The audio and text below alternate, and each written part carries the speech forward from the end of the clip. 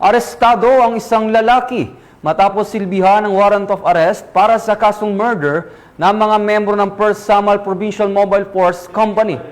Patrolwoman Cristel Palafox, ibalita mo.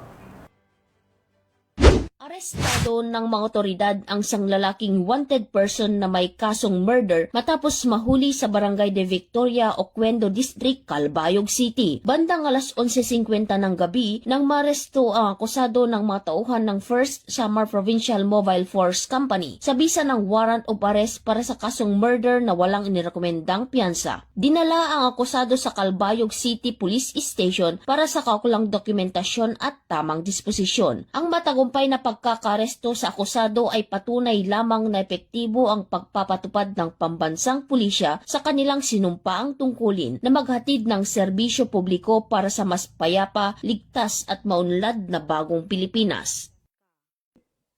Mula dito sa Eastern Visayas, ako ang inyong PNN correspondent, Patrolwoman Palafox, alagad ng batas, tagataguyod ng Balitang Pulis.